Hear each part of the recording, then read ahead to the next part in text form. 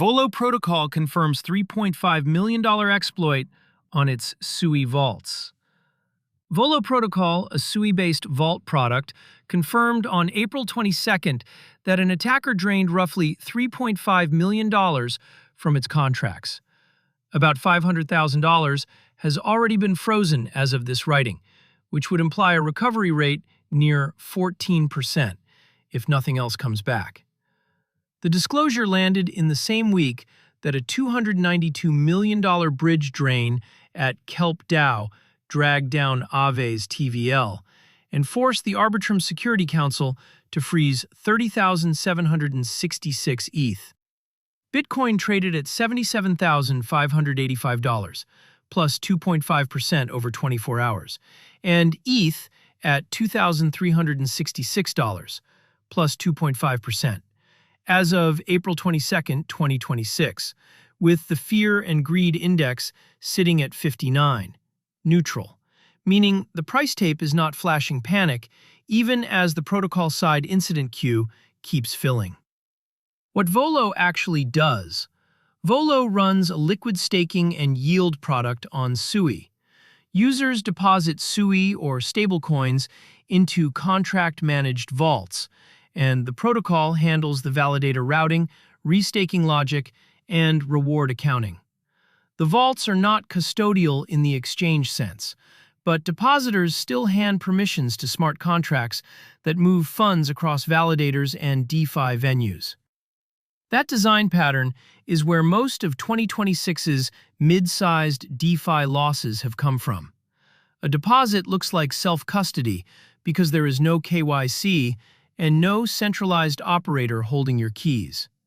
In practice, the contract sitting between you and your capital is a single surface area. If one function is miswritten or one oracle is gamed, the outcome is indistinguishable from a hot wallet getting drained. $500,000 frozen is not $500,000 recovered. The $500,000 figure in Volo's statement is the portion the team has been able to freeze, not the portion users will get back.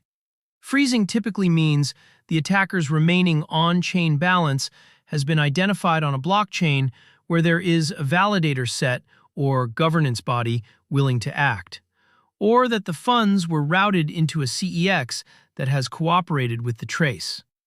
On Sui specifically, validator-level freezes are possible but politically expensive. On Ethereum, Kelp Dow's exploiter is already laundering roughly $80 million in ETH through Thorchain, a cross-chain route that sidesteps centralized choke points entirely. If Volo's attacker moves the remaining $3 million through a similar laundering path, the recoverable share could stay pinned near current levels. The useful question for depositors is not whether $500,000 has been frozen. It is whether the remaining $3 million is sitting somewhere a freeze can reach. Until the protocol publishes wallet addresses and a destination map, that question is open. Why Sui keeps showing up in incident logs? Sui's TVL and app count have grown fast enough to attract the same attention Solana got in 2023. New primitives, fresh liquidity, thin audit coverage. The chain itself has not had a consensus layer incident, but the surface area built on top of it is still maturing. Volo is not the first Sui Vault product to be hit, and given the pace of new launches, it is unlikely to be the last. That maturation problem is exactly why custody choices matter. Users who want Sui exposure without smart contract risk have alternatives. Spending from your own wallet using a non-custodial card keeps the funds under your keys until the moment of authorization. Products integrated with Sui, including Redot.Pay's recent Sui and USDC Sui spending support across 100+ countries, let holders spend without routing through a yield vault. Questions the postmortem needs to answer. Before depositors redeposit, Volo owes a public write-up on 3 specific things. First, the contract function or oracle path that was exploited. Vague phrases like vulnerability in our vault logic are not enough. The DeFi community expects a diff of the affected code, the transaction hashes, and a timeline of how the attack sequenced.